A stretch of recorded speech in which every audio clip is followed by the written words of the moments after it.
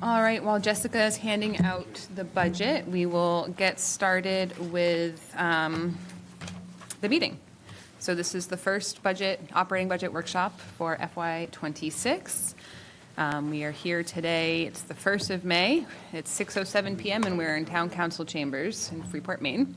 We'll do a quick roll call. Councillor Egan? Here. Councillor Smith? Present. Councillor Brown? I'm here. Councillor Pillsbury? Present. Councillor Dan is excused today, and Councillor Lawrence should be here, I think. Councillor Benoit, I'm here and I'm present. Moving forward to Jessica, take it away. All right, so, I do, okay. So tonight we are before you to present the FY '26 proposed operating budget. For FY '26, we are looking, I start right out with the proposed tax rate because I know that's what everybody likes to see. We're looking at a total tax impact of 87 cents on the mill rate based on the county, school, transit, and municipal budgets. The municipal portion of this mill rate impact is 25 cents. And that's the piece that you all have control over or deliberation over. The RSU currently is coming in at a 63-cent impact, with both transit and the county being around a penny impact. They net each other out. So for the municipal side, we have a budget expenditure impact of just over $1.1 million. And some of the major drivers of that are wage and benefit increases that total $677,800. I'm not going to go through everything with this because I think you guys can read it, but this is encompassing our contractual step increases, cost of living adjustment, positional changes, benefit changes as far as the rates that were charged, insurance and retirement included, as well as the addition of the main paid family leave benefit that we need to start accounting for. Jessica, just in case anybody's doing the math, that total wage increase and benefit increase is across how many employees? It's over probably around 100 full-time and some part-time in there. Right. Just in case somebody's doing the math, I want them to have that as the numerator. Is the, on the benefit, the 9.2% increase, what role do we play in that? Right? I mean, we don't go to market. We get our benefits through MMA, right? Through the health trust. So is it just a one-way conversation that they say, here's what it is for the year? Or how does that work? So MMA has their general rate setting, but because we have more than 50 people here, there is a degree of We are individually rated. There we go. And it's based on our use of premium in the past however months. MMA goes out to bid usually between every 3 to 5 years for a new vendor to provide the service for us. We have there are choices of health plans. We have bargained with at least two of our two bargaining units for specific plans. So it doesn't just say MMA, it's got a plan specific in it. The MMA Health Trust has a board of directors. We happen to be graced with one member sitting with us who look at the benefits in the plan, how much of the trust we use to buy down the premium each year. We also have a pretty aggressive wellness program here aimed at trying to reduce lifestyle claims, which would then help our self-rating. So it's not a matter of I can't sit with the trust and say, I want these services, but not these. Even the plans are based on receiving all the same services. It's more of what the cost share with the insurance company is going to be in terms of deductible, co-pays, that kind of thing. Am I, Yeah, did no, I that's answer your helpful. question? Do all municipalities go through MMA? No. So there are 491 municipalities in the state of Maine. The trust has a number of them and quasi-municipal organizations. I've looked at this idea of trying to go out to bid on our own. The thing that happens is now we're rated, instead of this huge conglomerate looking to buy insurance, we are a unit of, 100. Yeah. And one of the things that I have seen municipalities struggle with is when they go to market on their own, and they're usually working with some kind of a broker, and they get a great deal the first contract, and then it goes up. Yep. So some of the things that the Health Trust has done that I think is more municipal focused is because it's a trust and we're all pooling our money, they do things like there's a floor and a ceiling. So if we have a really bad year, we might be outside what the rates really say we should increase, but they cap it at an amount. And I know that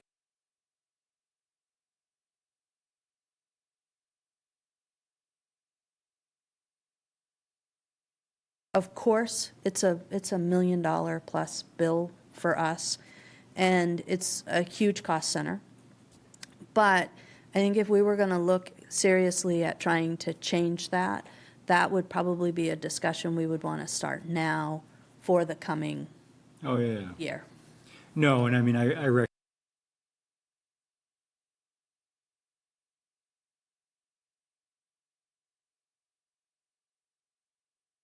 my questions are more around how the process works and if we're still comfortable with, you going that route and that 9.2% is sustainable for us. Like, that's really what Yeah. I'm driving at. So I could tell you historically, since I've been here, this is probably the highest increase we've seen. There have been years where we've been flat, where the Health Trust has held the line and have not raised premium rates. Last year was 2.6. The year before it was nothing. You know what I mean? So they went a period of time where they were buying us time before an impact had to happen. And so we're seeing a variety of reasons of why this 9.2 is at 9.2. But Sophie's correct in that they have floor and ceilings, and it's actually quite the process. It's very interesting to be.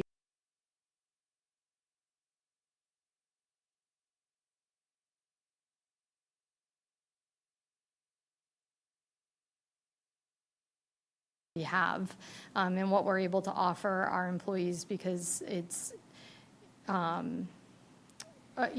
have a good benefit package, so. Great, thank you. Any other questions before I move? Okay. Sure. If we were to, because I got asked this question, if we were to consider pulling out of the Municipal Health Trust and trying to go out to bid as a 100 and something unit buyer group, and through my own experiences at my employer, I've seen that exact trap that Sophie pointed out, where the first year you get in, you're like, oh, wow, look at all this money we're saving, and the next year is 17% and 16% after that. And so somebody asked me, well, couldn't you just keep shopping? But can you have any sense of like how many actual insurance firms are operating in Maine that we might actually have to pick from? I mean, I'm not aware of very many. I know mean, of two, I so was going I'm- to say, I've only heard of a couple, Yeah. honestly, but I have not done the research to vet that. Oh, okay. I just wanted to confirm. It's not like we have a list of 7 or 8 insurance companies that we could Yeah. start And shopping I'm pretty to. sure that once we went through the rotation, Yeah. we'd be hard pressed to get enter another one. rotation Yep. with them again. Yep. For Great. dropping. Just wanted to confirm that. Thank you. Because that's how they make their money too, right? All right. Did I advance?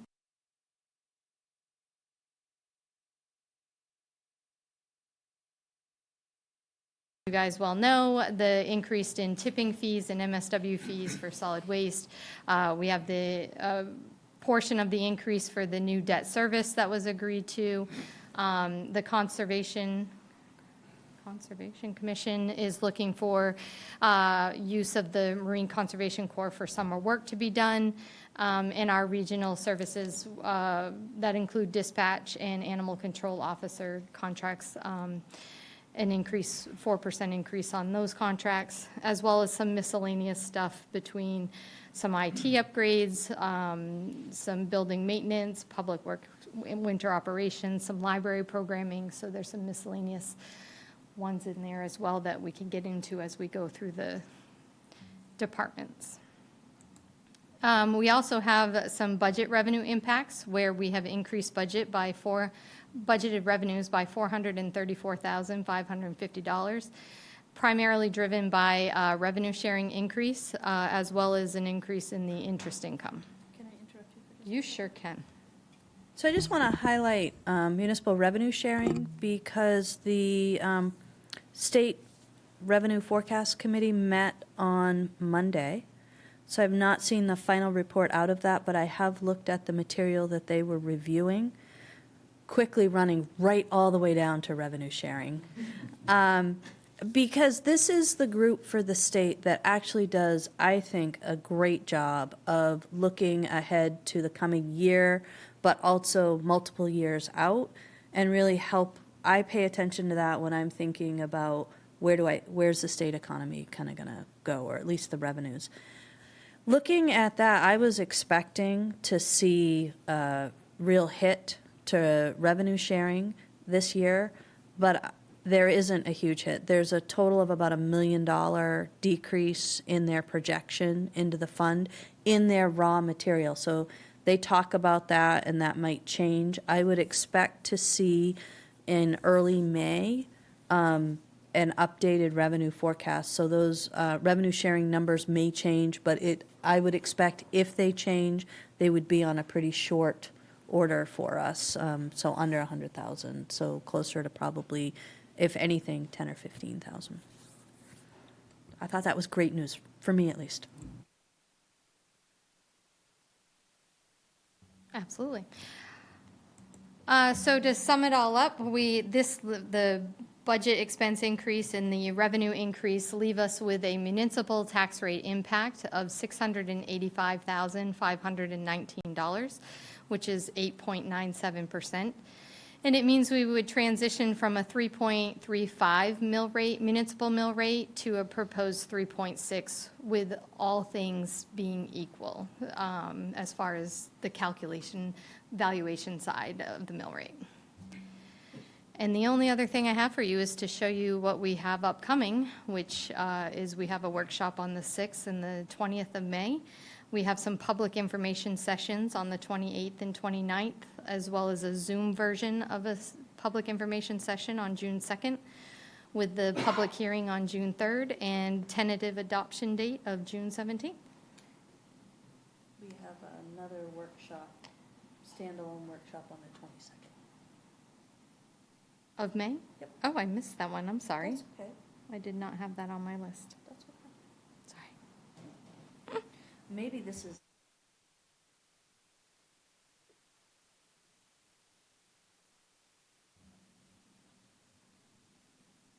So that's what you've got? That's what I have for the budget. So everybody received this electronically, the award-winning budget? So, Is it award-winning because you included our photos? absolutely, 100%. If you want to yes. get rid of the award, you can get rid of the photos.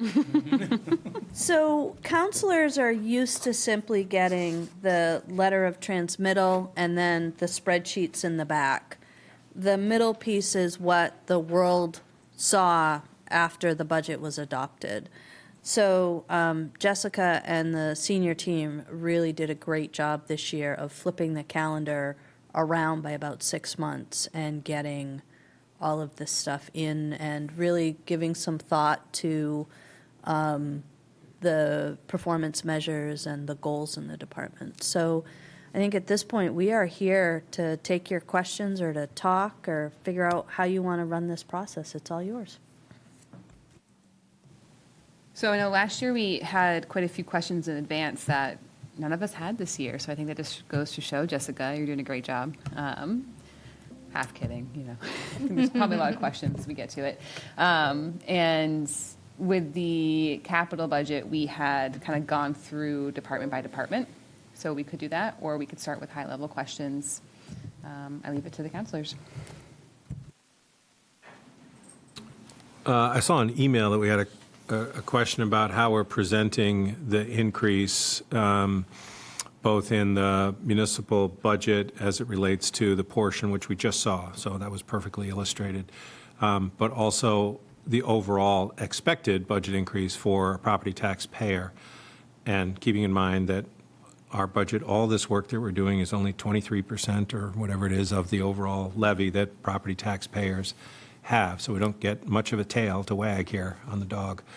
No offense, Josie.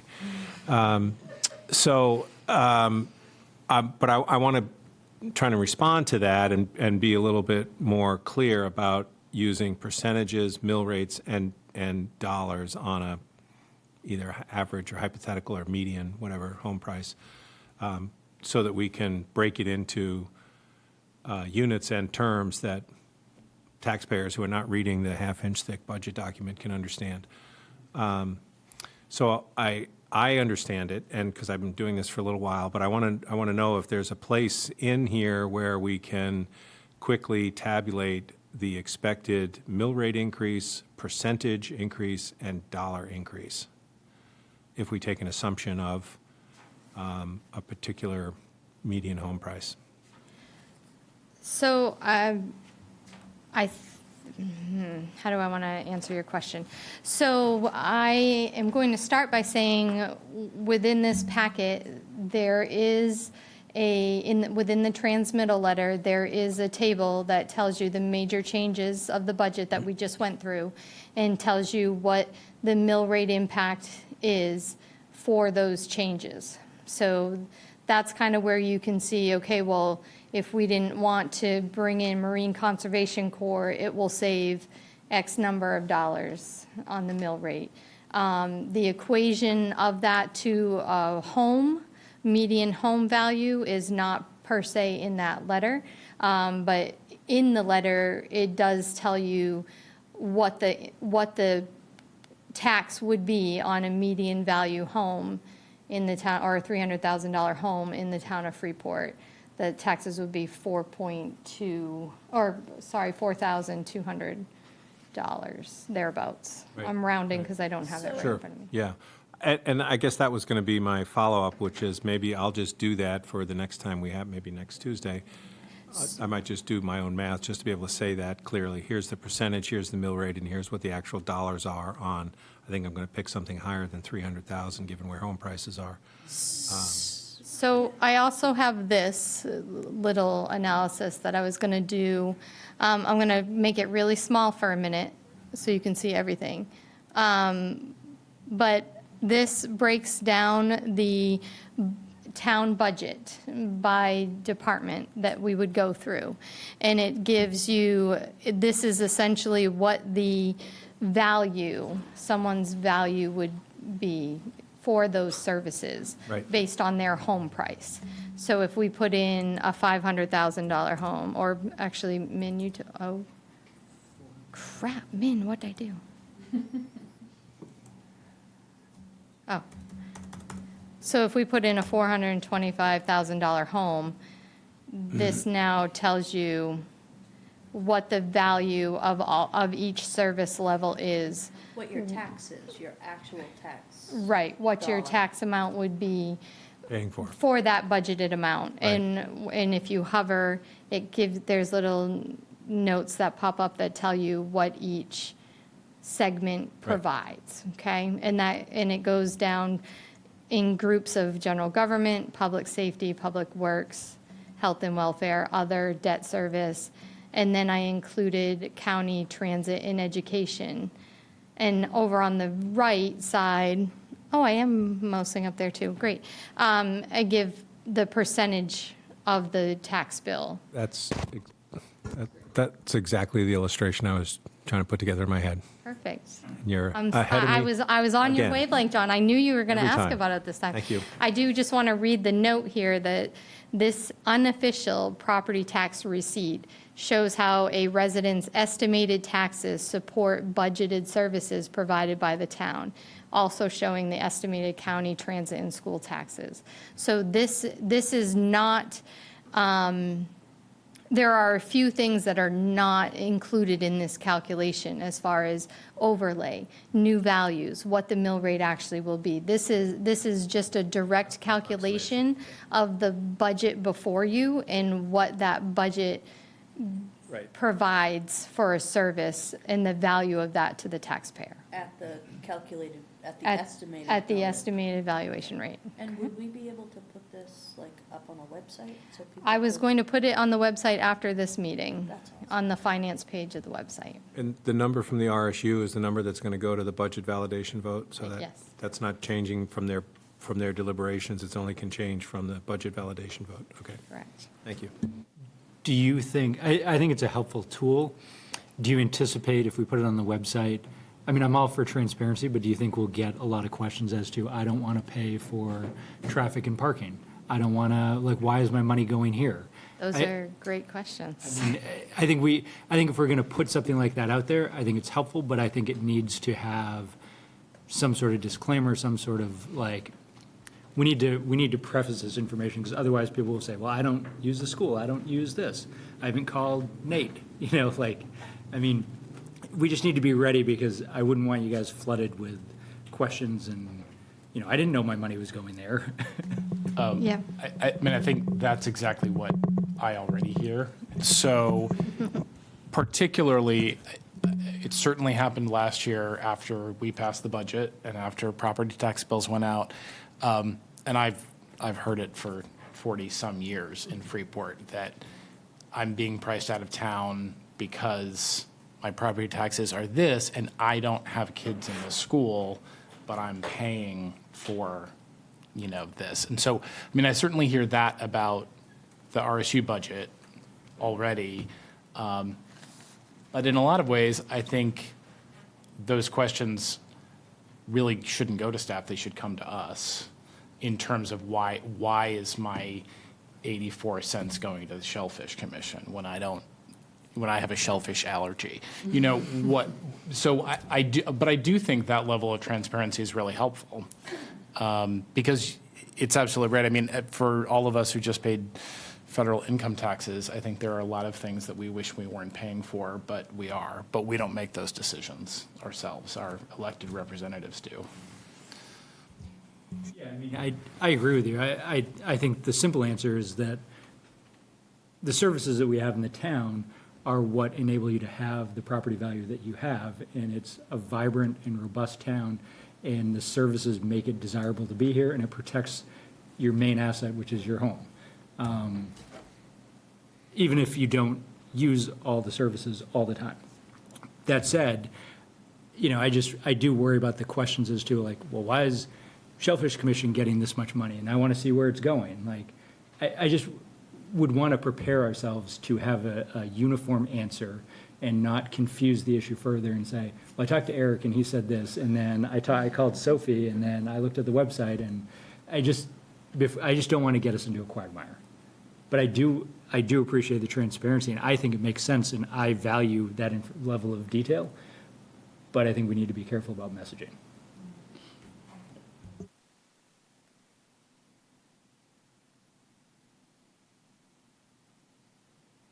Could you scroll up a little bit? I'm curious about just. Sure reviewing it. can. I guess I can't fit I thought I could fit all of the municipal side, but I don't want to make it so small that you guys can't really read it. And you picked 425 because that's what Min says the median home value Is the median home value. Would it make any sense to update the document here, or because this is the comparison back to 2016 in the budget document, it's always 300,000? Yeah, so this So- is a working file. So a resident would be able to come here and put their home value in. Right. To get their number. I'm just saying that if the median home value is 425. Oh, to update But the we're value. still showing what the impact is on a $300,000 home. Yep. Looking back, 10 years, I'm just wondering whether we should be updating Updating that, look for sure. back to be what the median home value is. Yep.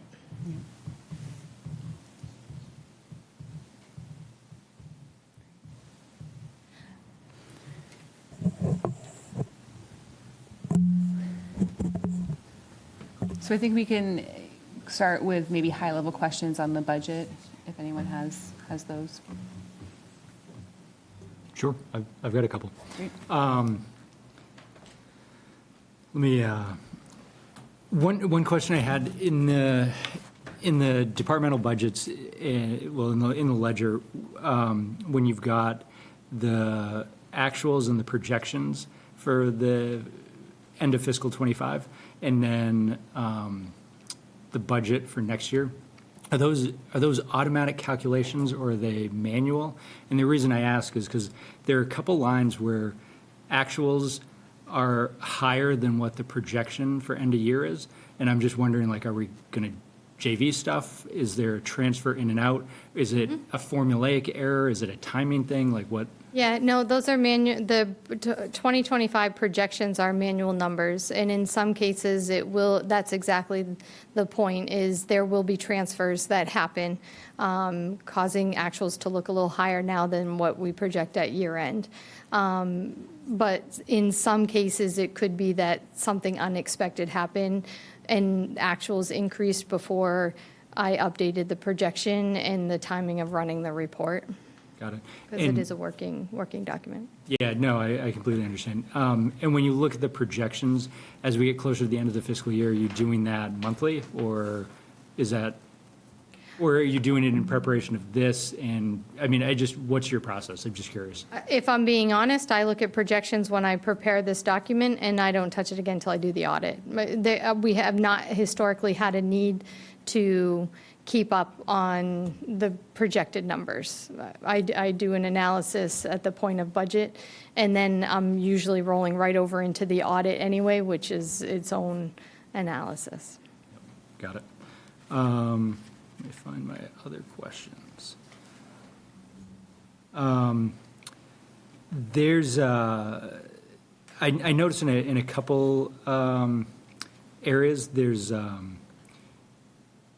like it seems like there's an increased training and travel funding, and I'm just wondering, is that like a sort of reshuffling based on the staffing changes, or is it a targeted effort to develop our staff professionally in different ways? Just wondering if you can speak at a high level as to, like, is this just the new iteration and we just want the best out of our staff, and this is us catching up after a few years of maybe not making those investments? Yeah, I would say that it's a little bit of a combination, right? We're seeing increased fees to attend conferences and increased travel costs, and the nature of that and catching up with where those things are at this point. But there are also realignments of staff and where they fall, and so, those travel lines are changing in between departments, as well as new staff that has additional, training needs that will be forthcoming as well. So it's kind of like a perfect storm of all three. Got it. How do we approach, how are we approaching, like, evaluating need to use professional development funding? Is it across the board that everyone gets X amount? Are we looking at what the return is? What's the expectation if we send someone to a conference? Are they bringing back materials? Are we doing, like, in-house training based on it? Like, I'm just curious as to how we approach The it answer generally. is a little bit of everything. So, as we talked about when I was hired, one of the goals that we had when I came on board was to formalize the evaluation process and to have goals and to be having constructive conversations with people about how to get better and do different things. At the same time, we are trying to create Technology is a place that we're trying to get more training in as well, so that we can try to be more efficient. But in general, we have training and travel. Some of that includes things like, instead of going out to Seattle once every other year, I am going to buy into a virtual training program that will allow me to stay abreast on my own time, maintaining the credits for certification. So that's one element. And I think you see that a lot in the police department and fire department, where those training costs have gone up. Other places, we are putting a value on people staying abreast of what is happening in the world and really starting to think about how we can adopt best practices here. At the same time, we are a pretty young staff in terms of professional development when you consider being here, learning about here. We're also seeing an incredible amount of turnover, especially in public safety and at town hall, which adds to that. So I can use the planner as an example. You had a planner before who had been doing the job for a significant amount of time. We brought in a new planner who is really leaning on AICP things so that they'll be able to bring a better product forward. So believe it or not, the lines that you see have been tempered, that what came in at first is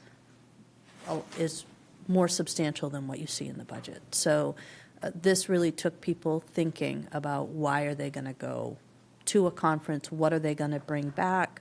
How are they going to share that with the senior team to make sure, for example, if Winter is going to go do something with aging, learning about elders and aging, that she's going to come back to the senior team and share that so that we're all getting the benefit of that. So, yeah, a little bit of everything. I mean, don't get me wrong. Our people are our number one asset, and investing in them in the right way is the right thing to do, for sure. I'm just curious how we tie it into like goal setting and expectations for the year, and how we bring external knowledge back to the town. Because if we just operate in a isolated silo, we're just going to be doing the same things. And yeah, thank you for that. Can you talk a little bit about the computer maintenance program and like how we phase computers in and out? I get the sense we use Min an awful lot, and I know he has a day job. Like, how are we creating a sustainable program for keeping up with technology, making sure we have adequate equipment that's being used the right way, it's secure, and we're not over underspending? And are we at a point where we need other dedicated support? It's kind of a black box to me, so I just love to hear a little bit more about the overall structure and making sure we're Sure. not just trying to get by. Yeah, no, I would not say we're just trying to get by. We contract with a company named Logically for our IT support. And so they handle a lot of the, I'm going to blank on all the terminology, but they handle the safety and security of what our infrastructure is. When it comes to computer replacements, those are typically not in the operating budget. Those are part of the capital plan.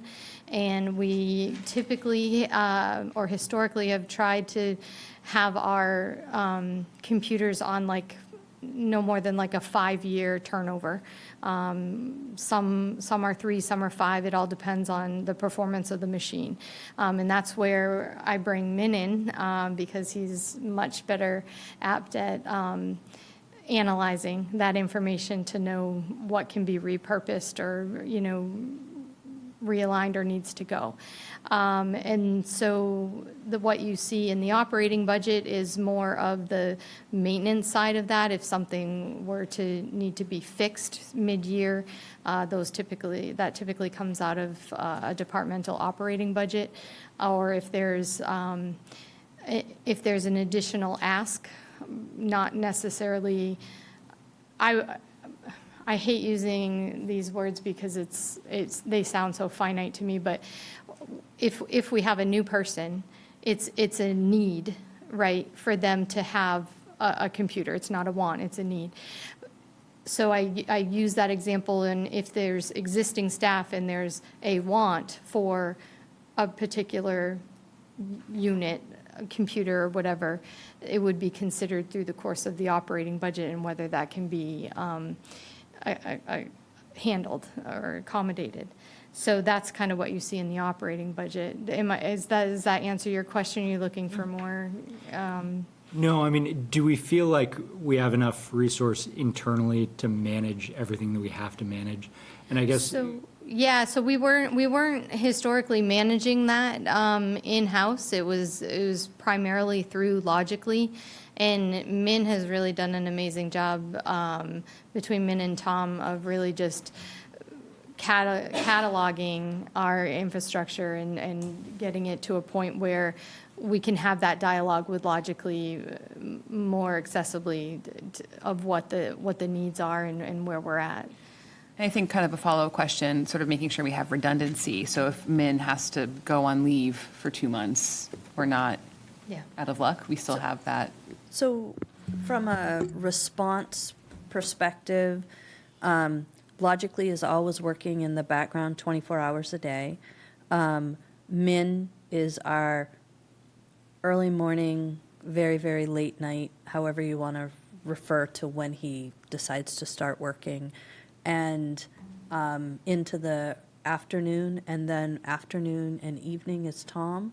Weekends, Tom had been spending a lot of time doing public safety stuff, and we've rolled out a new protocol to have Logically be a first stop overnight and on the weekends. So I feel like we've got a balance. I think that we're saving a considerable amount of money in two ways. First, we're doing a lot of chasing here during the day, and it's getting people up and running, and people are getting their needs met very quickly because when Min and Tom are here. We also are able to look at something and say, oh boy, the issue you're having isn't your hardware, it's your software, or we really need X piece of equipment.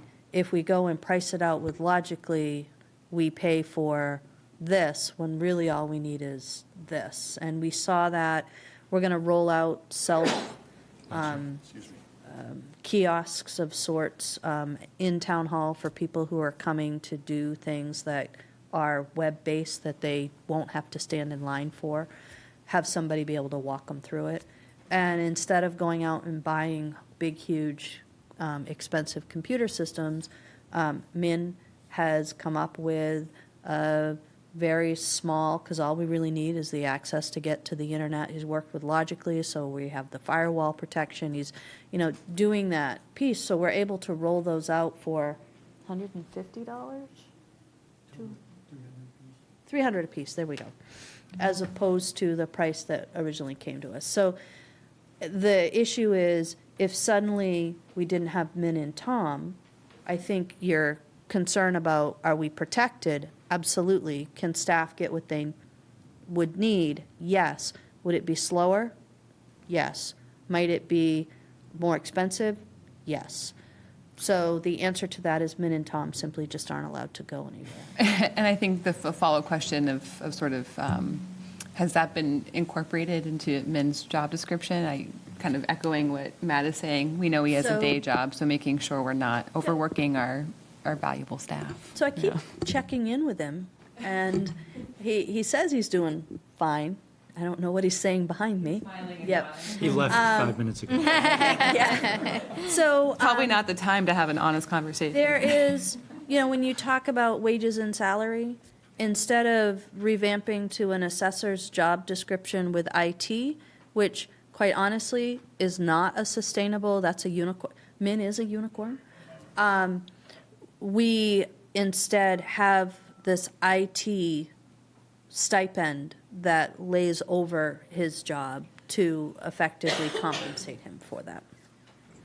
I mean, I think that makes me feel better. I mean, if it's a unique marrying of two skill sets, and if, not to pick on Min, if he wins the lottery and is gone, we're not going to recruit another assessor that can also do IT work. So I think we just need to be mindful, and I think that you're doing it. I don't have any problems with the way we're operating. I think it's efficient. I think it's conscious of the dollar, and we're being mindful of taxpayer money. But I want us to make sure that we're forward-thinking so that we're not scrambling if something changes. That's all. So you bring up a good point in that when you look at the department head team, we have a lot of unicorns. We have a lot of people where we're marrying skills that you would not expect. Freeport has been incredibly fortunate to be able to attract the type of talent to the department head pool, and I would say line staff pool as well. So that is something that we grapple with all the time, and we're constantly kind of shifting and in motion. So in Earl's shop, we have a person that was hired to be an equipment operator that's also a mechanic, and on the side, he's an arborist. So when he decides to retire or leave, that is actually 3 holes that we have to fill. And so that's why I think, and that's just an example. So we are fighting that fight all the time because we want to keep us at $3 as opposed to $5. And that oftentimes means pulling in people, laying on these positional stipends that are, when we need you, this is what we'll pay. It's unique. Right. I have a couple more like detailed ones. And I sincerely appreciate the answers. I hope it doesn't come across as I'm trying to like catch you. I should have been more prepared and submitted these a week ago, but I'll be honest, I didn't actually go through everything until yesterday. So here we are. On the revenue side, I think, did I read this right? I think it's only showing Bartol is generating $2,500 a month. Is that correct for revenue? I thought the lease was more than that. The lease is more, but there's a portion that goes to reserve versus Got general it. fund. Okay, that makes sense. Yes. And then Winslow Park, the phones, is the budgeted amount taken into consideration the correction that we made, or is it, or the fiscal 26 budgeted placeholder, is that taken into consideration the historically high dollar we've had, or is it corrected, or will it be? So we are right now going through the process of trying to fix that. The issue that we have out there is that there is and Min is going to correct me if I'm wrong, there is a landline that is attached to a credit card machine that is $2,000 a month. And so Min right now is going through the process overall of evaluating what we need for phones and putting that out to bid, which we're hearing we're going to have probably a significant reduction. I don't think for Winslow, unlike other areas in town, that we can't necessarily we can't transition to web-based because of what's out there. We're going to have to look at a satellite or something like that. So we're evaluating that right now. I don't know if I answered. Did I get you? But what is in the budget is existing practice to cover if something can't change. Yeah, so it should get better. It should get better. And then there was a cost for the shellfish survey. Do we have is that a result of when we met with them and they said they wanted to use some of their funding to do, it seemed like they had somebody lined up that they wanted to do some work. Do we know what the deliverables will be on that and sort of like what we're getting? Is there So- follow-up that we're going to do? I mean, it seemed like a decent amount of money, and I just kind of wanted to double click on it to make sure we knew what we were going to get back and how it was going to further the town's interest. And if it's an answer that needs to be That researched a is a little bit. nuanced answer, and I think you're going to start to hear some of that at the May 6 council meeting with Charlie talking about an upcoming $17,000 project. I will say that in general, the committee's budgets are something we're still trying to get our hands kind of around. We do ask that they come back to council when they're asking for appropriations of actual money, which is like why you're going to see the shellfish here for 17,000 when you normally wouldn't see an appropriation of that magnitude. Have I answered that well? so. Okay. My last overarching comment is just, I appreciate the time and effort that goes into all this for you, Jessica, and you, Sophie, but also for the department heads.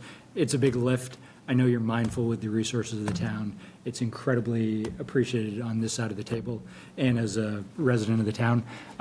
So thank you for taking the time and doing it so thoroughly. It's really important, and you guys are doing a good job. Any other overarching questions? I think I really enjoyed with the capital plan going through sort of department by department. I would love to do something similar through this process. But I want to make sure we kind of get the big picture questions, give time for that. So any other big picture questions? Great. So I know we have a total of 4, maybe 5 workshops planned. So we have a workshop after the May 6 and May 20 council meetings. And then we have a standalone workshop on the 22nd. Okay.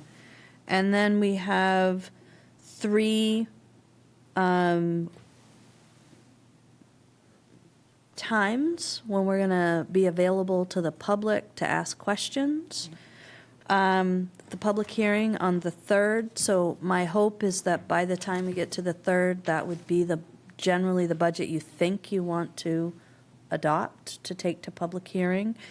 Then we're holding another workshop on the 10th, just in case when you get to the public hearing, you hear things that make you want to come back to the table. And then on the 17th, you're scheduled to adopt. So I see 3 more workshops, 2 after council meetings and 1 kind of standalone. And wonder if what would make sense is for us to kind of break that into larger groups. Yep. So what we did last time is we had like Earl and the library, take groups that kind of work together and have them come to you. The one thing I would say is perhaps on the 22nd would be a good time to have Courtney come in and be able to talk with Jessica about the overall HR stuff that you might have, because that kind of flows through all of them. So, and that's kind of a larger meeting, unless you'd like her on Tuesday, any day is a good day for Courtney. So maybe what we can do is get through a few of these tonight, and then what we have remaining kind of chunk out for the rest of our workshops. Sure. Great. And so we can start with the first one, which is the town council budget. And it looks like things are fairly consistent. Obviously, the one that stands out is the increase in supplies. I would love to hear more about the increase in the 2026 budget for that one. That includes the addition for your mailings that you sprung this year out of our postage budget. So it includes for you to be able to do mailings at your preference. What's 5710? 5710 is the community support, so that's the human service agencies. So the reason that we put that in at, oh wait, nope, that is the human service agencies. Then we have, So that one, maybe you can explain a little bit the thought behind how we got to this number being The here. 5710, Yeah. or the 57,250? Yeah. Yeah, that includes Freeport Community Services. It's their operational support at 21,000, the scholarship support for them at 5,000, and their annual request for $5,000 towards their capital reserve funding. It also includes 15,000 for the contract with Meeting House Arts, and then an additional 11,250 for all the remaining nonprofits and others that would love for the town to give them money. Right, so this is kind of the outcome of a conversation that we had as a council and also in the finance committee of trying to create a process for outside agency requests. So this is great, thank you for including that. Yeah, absolutely. And I know that's on the finance committee, we will, so it sounds like there's a small portion not allocated, that's kind of The to be 11,250 decided. is currently not Yep, allocated. and, And that was designed after the finance committee meeting to fund it what was currently being funded. So that's Right. why you see that number. yep. And then we had talked about with the finance committee taking that and making a recommendation to council. But it's sitting there new because it lived, the pieces lived Elsewhere. elsewhere, Correct. elsewhere in the budget, so it's not a new addition. Yeah, you'll see a reduction in Yeah. the human service section. I just, for the record, wanted to make sure people understood Yeah. that it was existing. Yes. Which is why it was not in the major changes to the budget. It's just being rehomed. Yeah. Absolutely. Great. Any other questions on the town council budget? Is the advertising increase due to public notice increase? So I think that advertising increase is twofold, if I'm correct, Jessica. One is the cost of having to advertise, and also you're sometimes asking for us to advertise things that we maybe haven't in the past in an effort to be more engaged and get the word out. Okay.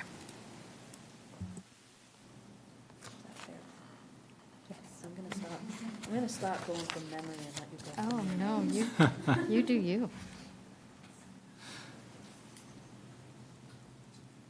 And then the PAX budget as well, the 30% increase on that. That's an assessment, correct? Yeah, those are the dues. So that includes the dues to be part of PAX, and it's I'm not familiar with all of the acronyms, but there's two components to it. The FHWA and the FTA matches, if we, So Federal Highway Commission, in order to get federal funding, they have to match a certain amount from municipalities. And then there's the state funding that they also have to match. So those two elements make up our annual assessment. Yep. Great. All right, any other questions? Okay. Moving on to the town manager's budget. I don't see any surprises there. That looks pretty good to me. Anybody have any questions? Is the tech repair, the 4320, is that just a moving from another area, or is it a new expenditure? Some of it is a move based on where staff has realigned, but there is a component for an increase to some general IT maintenance that's been needed that hasn't been covered in the current budget, about 4,000, 4,500.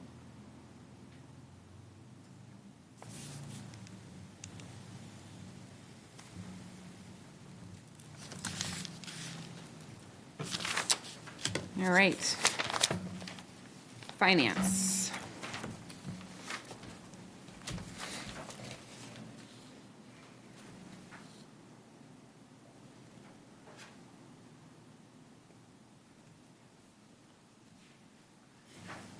Any questions?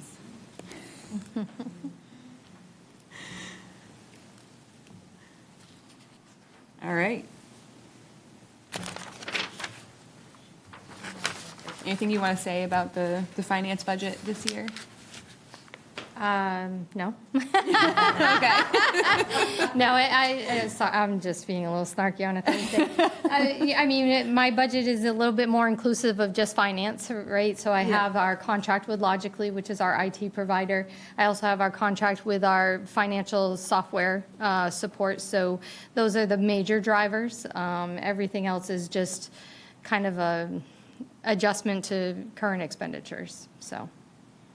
How, it's related, but I mean, how much printing do we do? And is there, I know we're in a unique position where we do need to print a lot of things, but are there ways to move away from printing costs? Do we know cumulatively what we spend on printing? I for the think town? probably my budget is one of the larger printing exposures because we do 2 tax mailings. So that it's, 5,000 letters twice a year. Yeah, and then we have certified mailings that we have to do, which that's mailing costs, but we have to print all those notices to mail out. And I am aggressive with mailings because I would rather send someone a 60-cent postcard or whatever the current price is now, but I'd rather send them a postcard and avoid the certified fees onto their account.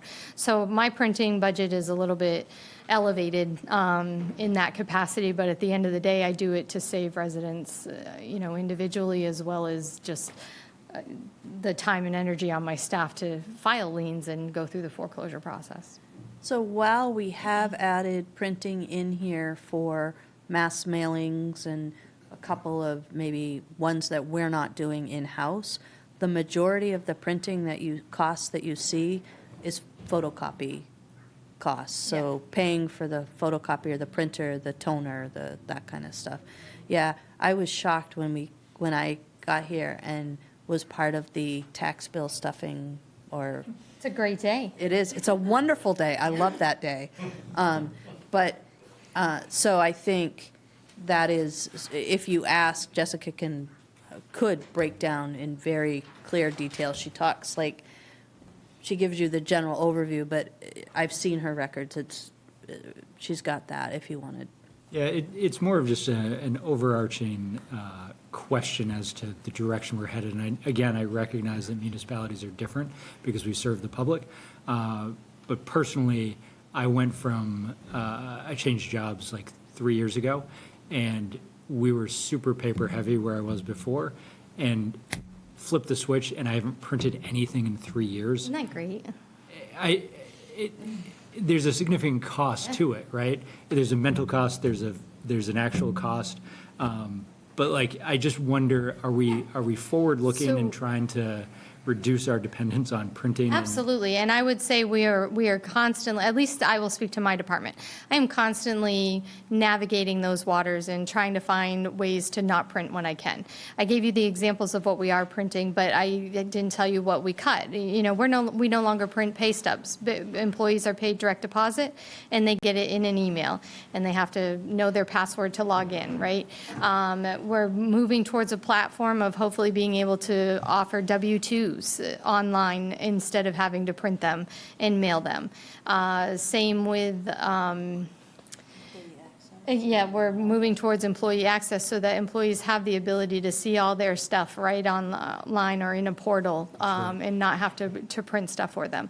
But there are certainly some things that still, from an audit trail perspective and just from a general the state retention records are still antiquated in the respect that they don't recognize digital format. So there are certainly some things that we're required to still maintain in paper. But yeah, I'm constantly, if I can save things, I wouldn't print the warrants if I didn't have to, because we save them electronically and that's what I use. I have to do that from a record keeping standpoint to have the signatures and show they were approved, right? So, but I'm constantly looking and navigating for ways to reduce that expectation. And she drives everybody else to try to do that too. So it's, and I think one of the things that we've worked at here is learning how, as an example, to try to fully use our Microsoft Office suite so we can share one file and all be in it. So we're not trying to keep all the like paper copies of things to keep versions. And so I think it's a work in progress. It would be nice if statute would catch up with us, and but it's not quite there yet.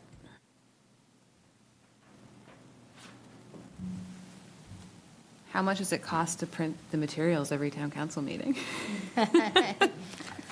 It used to be a lot more, I'll leave it at Yes. that. Because it- we didn't used to do it like, as an electronic version, so. Yeah. I'm sure it was a lot It's higher. also effort on Chris and her staff. I Yeah. mean, Yeah, there's a human time. cost to this stuff, too. Absolutely. It's something that's worth thinking through. I mean, on the state level with the public notice, that's just going to continue to get harder to do and more expensive. Yeah. So, So to give you just an example, this morning, before I left for my partial vacation day, Jessica stopped me and said, do I need to print the 242-page budget document for all the counselors? And I'm like, you know what?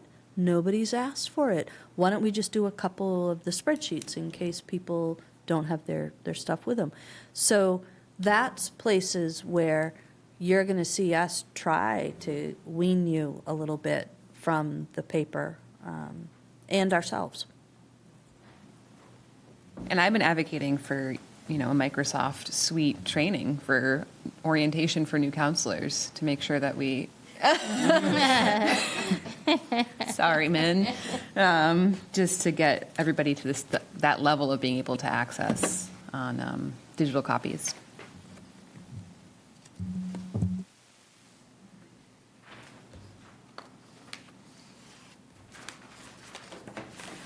Then we can move to assessing, since we have been just talking about men the whole time, might as well talk about assessing.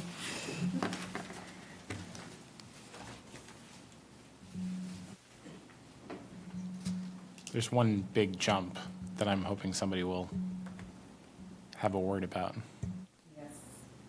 Yeah, so that's the transition to vision, moving from Trio to Vision and having everything for the CAMA license and mapping software, all with Vision at this point instead of split. What's fiscal '27 look like as an ongoing cost? I think it's pretty there might be, standard of like 3-4% increase with it, but it should be, this should be the hit, I would say. So. Meaning is- it'll stay at 40, Oh, okay. yeah. So, just so everybody is speaking the same language, Vision is the assessing software. That is where you go online now and you can look at your property cards. You have all that information kind of at your fingertips. When it was Trio, it was most definitely, just knowing Trio, it would not have been that user-friendly.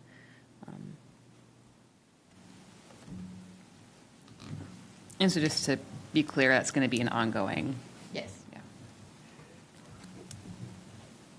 Knowing that the offset, a portion of the offset is really 2 lines down under computer maintenance, on line 3480.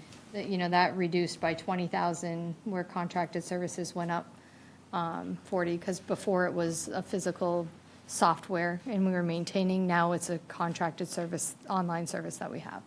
So that you got to kind of look at those in tandem.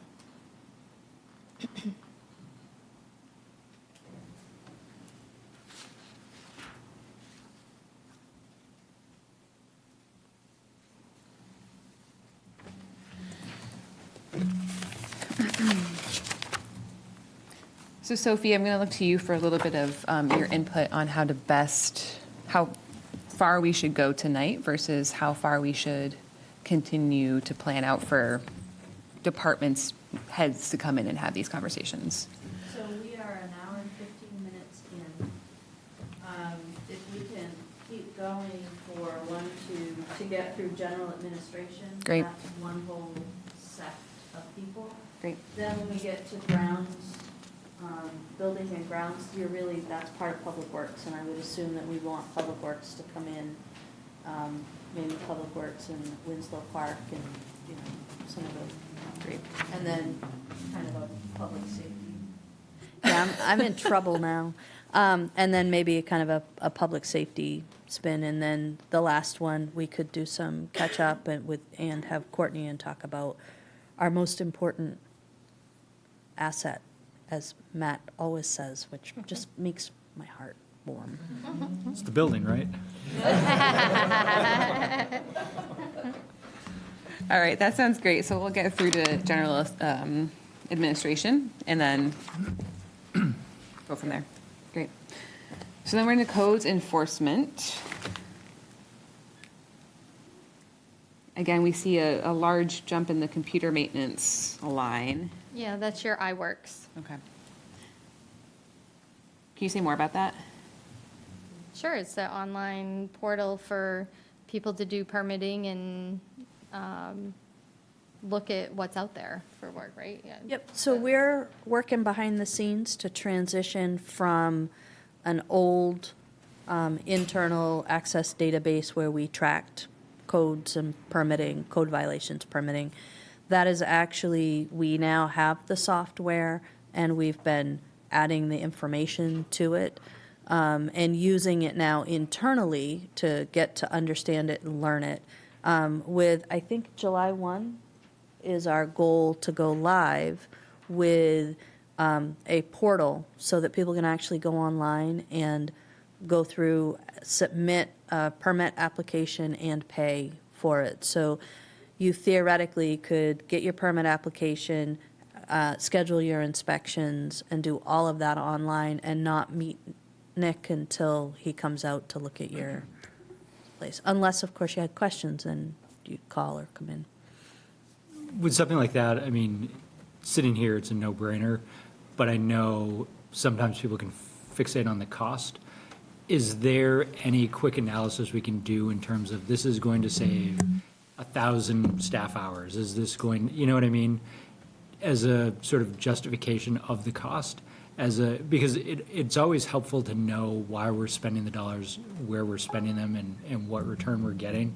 And this seems like going from an access database and paper copies and people's time to spending some money on an ongoing basis to bring us into the current and to make things easier on everybody. It's just always helpful to say, like, here's what we get out of this, without having to do a ton of extra work, but I mean, Yeah. you know. So, I mean, I think we can talk about, in the codes office, you were severely understaffed, right? And then we brought the second code officer in who does some of the planning/code work in that department, who is looking at the laundry list of violations and complaints that have come in, right? So there's a huge backlog, but also way understaffed. So one of the things we did is, instead of bringing in another admin support for that department, we decided to try technology to help us, which allows a better workflow, quicker, better for the public.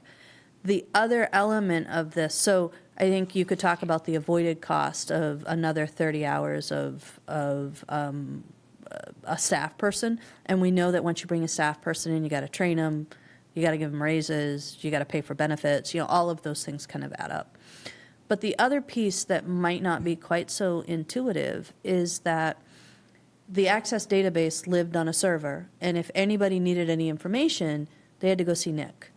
And Nick spends 50% of his time, or more than that, probably 70% of his time out of the office doing his work. So now, along with code office and planning, town manager's office will have access to be able to stay on top of somebody calls with a concern or whatever. We'll be able to open it up and say exactly what's going on there. Police department, the fire department will all have the information. It also allows us to have a centrally located place where people are putting notes about what's going on with a parcel. So there you're saving the efficiency of running around trying to get information.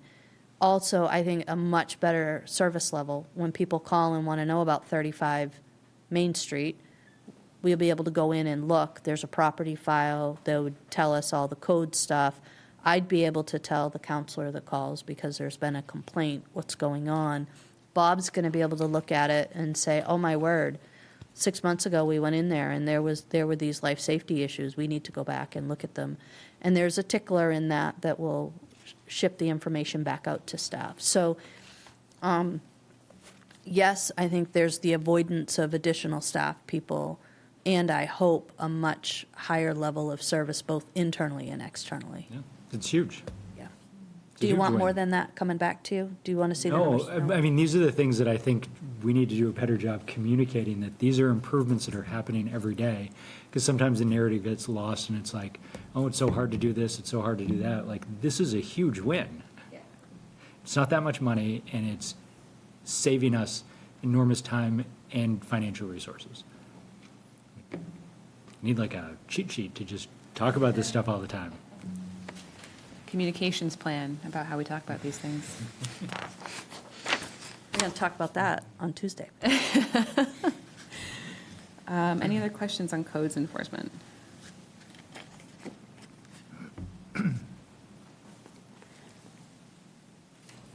All right. Town clerk.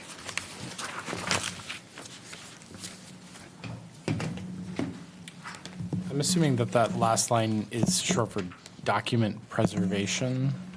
Is that digitization? No. No. You missed okay. Civics 101 where she talked all about it and showed us the town charter. It was fascinating, actually. That budget line includes the software price. Right, from Unicode, yep. So we're moving to another forward-facing piece of software, correct? Right now, if you are a resident and you want to know what you need to deal with your property, or you need to go through each of these PDF ordinance pieces to figure out, and if you've missed the noise or you haven't thought about disorderly, you've missed what you can do with your lights, right? Municode is one of us. There's a suite of them. We did some research and picked this particular vendor. But if you go online and you see the communities where all the ordinances kind of flow, there's a chapter, you see the chapters actually connected. You can go on and type in something like lighting or noise or setback, and it's going to go through all of the ordinances and be able to help people navigate them. The other thing it does is when Chris has an update to an ordinance, it will codify it. You're going to get to your standard, here's what they all look like, so you don't have to figure out how to read the shellfish ordinance and then go to a different one and read that in a totally different format. They will begin to really mesh and be one code of ordinances. It also will track for us when changes are made. So once you learn how to use the software, you're going to be able to say, oh, in 1980, we changed this, and then go back to Chris and say, okay, what was it before this, Chris? Because I'm actually dealing with an issue that happened in 1977. So it should help with tracking people's use of the program and Chris's sanity, which is important. Is that software or something similar, something that could also be used for council minutes? And I say that just knowing that Chris spent, or Chris's office spent an enormous amount of effort digitizing council minutes. But similarly, when you are searching for when something happened, and you know it happened, but you don't know when, it means you're searching individual PDFs for years. So I am hoping, one of the goals I have for the clerk's office in the coming years, not year, but years, is that we will be able to implement a more robust indexing system here. It's hard because Chris has a backlog and she came into a system where that really wasn't the highest priority, right? And so I don't doubt that there's probably software and vendors that we could do that with. The issue is going to be cost and priority and time. And so we'll have to kind of figure that out. If this software had any capacity for that. No, this is a very specific and limited module that is only for codes. Is this an annual cost?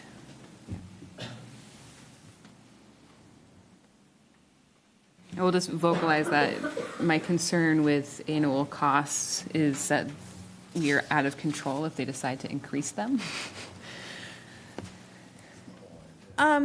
You're not wrong. I will say I was in another community where they had code software, Municode type software. I don't think it was Municode. That changed. They sold out. The price went up. The material that you get back from that allowed us to go to another vendor. And So there was like a data transition plan, yeah. Right, because I'm thinking about Vision and iWorks and this, just want to make sure we have some plan if the price gets prohibitive. I think you're kind of at the mercy because we begin to pare down what we need here in terms of servers to run software and knowledge base to keep it going, for the convenience and the forward-facing piece that you get with cloud-based software. And you're right, you're at everybody's mercy. What we hope is that over time, so you look at Vision and Trio and Munis, they've been in the game for a very long time, and they've kind of learned that we're like frogs in water, and so 3 to 5% a year is about all we tolerate. And then when somebody gets mad, people quit their jobs, develop new software, which is how Trio came about, and put it out in the market and get everybody to come. I mean, it's It's a cycle. a cycle. It's disruptive. Reality.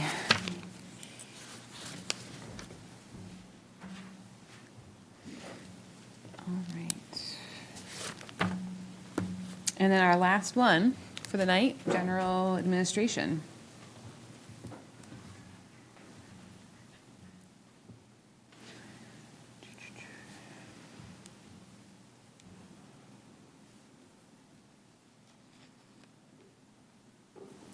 I don't see anything jumping out. Any questions on this one?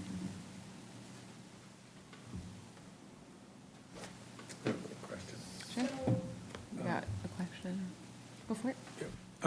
Do we have, in our GA, this is less about the dollars and about the policy, do we have a rent maximum that we have in our GA policy if we're going to be covering an interim or temporary Yep. rent period? So the general assistance ordinance is governed mostly out of state law. Every year, you all hold a public hearing and adopt maximums, which quite frankly are just kind of given to you from the state. There is a maximum. On the other hand, there is an allowance, at least for a short period of time, to be able to use our discretion and go over that. Yeah.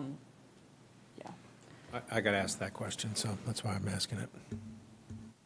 So, I know we said just general government, but then we've got winter and the library, which is not a huge budget, and it's kind of like general government.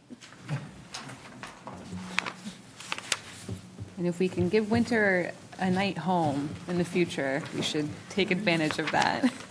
What page is that on? So you are going to want to go you're looking in the big document, you are going to want to be, I'm getting there.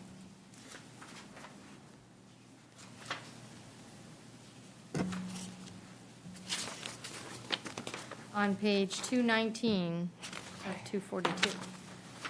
If you're in the small document, you're gonna be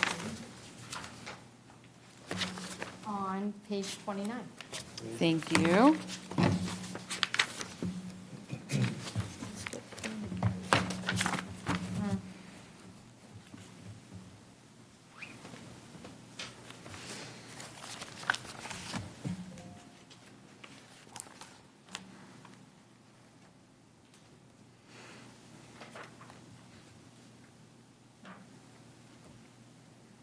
Are we buying more books next year?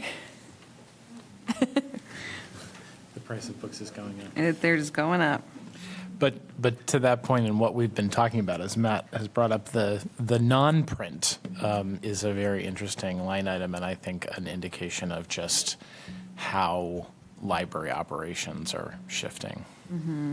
Yeah, the increase includes for interlibrary loan delivery, and then in the non-print line itself, it includes funding for additional programming.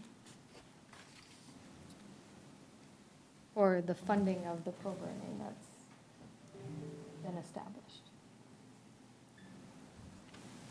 Is the heating for the building oil? That one's outside my wheelhouse. Yeah, sure. Can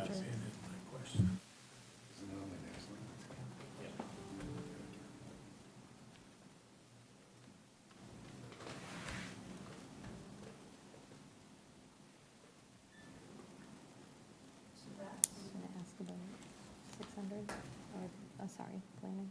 Yeah, I think we skipped We did, but if you want to go to it, we can. Let's get it done. Yeah. They are 0602, so it'll be page 222 of the big one, or page 32 of the small one. 32. Huge changes here. Yeah, what are you trying to get away with?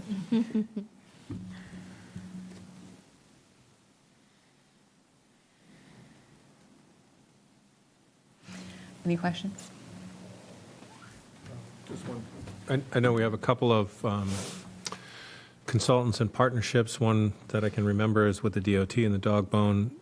Do those come out of a different budget? That's not an operating budget item, correct? So the PPI is a capital budget item that you actually appropriated all the money that we need for that Right. last year, Right. or this current So year. I was thinking, that was the one I remembered, but I know we use other consultants for Yep. other, that doesn't come out of the operating No, budget here. so what you'll see when Earl is here, we'll tackle engineering, which is, Earl A is piece- here, by the way. well, when he's here for his Okay. budget. We'll tackle engineering because it's intertwined with what Earl does, but that's also where some of that consulting comes in to be Yep. able to do that Okay. work. Great. And then some of the other work is more economic development, and that kind of comes out of my budget and cobbled out of Earl's budget. We cobbled that one together.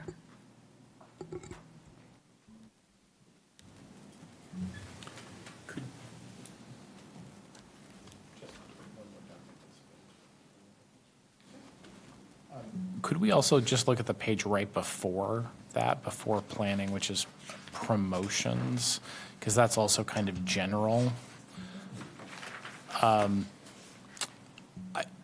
This is really a timing question, like where the 4th of July, knowing that the 4th of July comes very quickly at the beginning of the fiscal year. When we're looking at fiscal year 26, is that really expanses that we would have for 4th of July 2027? So Or- if we were going to do like big fireworks or something like that, a lot of that has to get Pay paid for out of. that beforehand. Yeah, Yeah. but that budget isn't the fireworks. Well, one, I'm going to say, we recognize the expense in the period in which it is 4. So the July 1, 2025 events will be the FY '26 budget. So even though we may prepay them, Yeah. the expenses get recognized in the proper budget. Okay. Yeah, so, okay, so then I guess my question is just that, seeing that jump, which is not an enormous amount of money, it's just a significant percentage jump. What was, Oh, I what's, forgot again. what's Darn, I that got yelled at. for?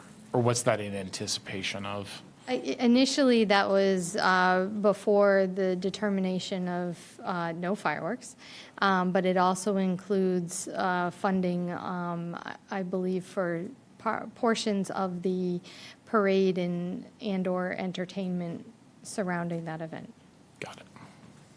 Thank you. A lot of times, the fireworks had been covered with some communities, partners and support. So like when you look at the 2024 actuals of 8250, a portion of that, yes, does relate to fireworks, but a solid chunk of it relates to the other events that occur for that time, which is why it's where it's at, because we were spending more than the 2,000 that has historically always just been there anyway. And then, yeah, it might be a little bit inflated thinking we were going to do fireworks that would be supplemented with community support, but the majority of that cost would be expended by entertainment. So the other item I would just bring to your attention, back to the discussion about the community support. One of the things we talked about at Finance Committee was kind of separating the idea of the community support that was more discretionary and then the community support that was more integral to the work that we did. And based on those conversations, we put our historic contribution to the Historical Society and also the chamber dues in the operating budgets here as opposed to community support. And I did get a question, I don't remember from who, about chamber, and was it normal for a municipality to participate in a chamber? And all I can go by is what I know and what I'm used to. And all of the town offices I've had have had presence in the business district with business, with the businesses or the core businesses. And so I have always been contributing. In my 25 years, it's always been a contribution that the town has made.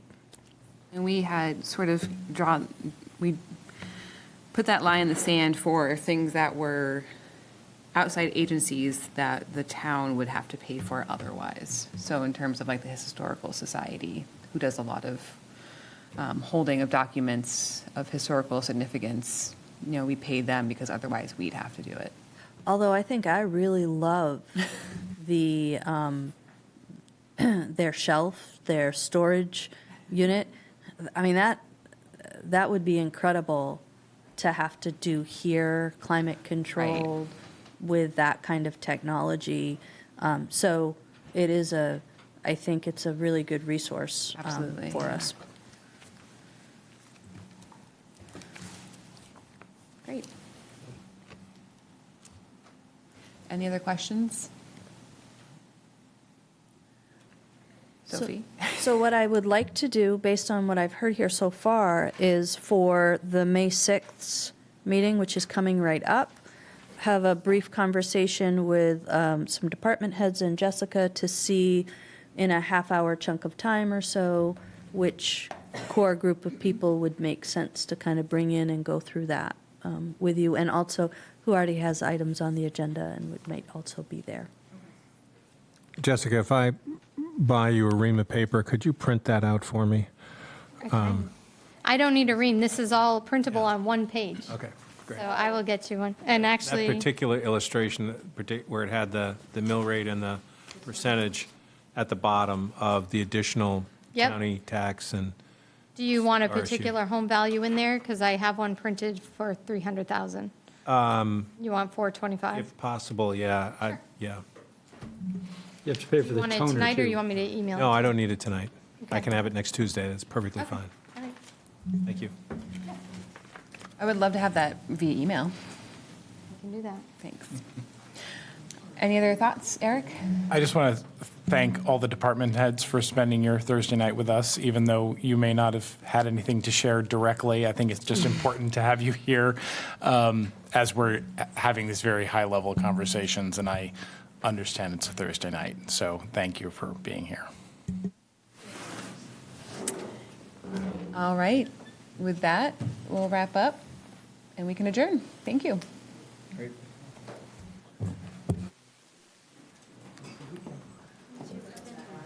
Thanks, folks.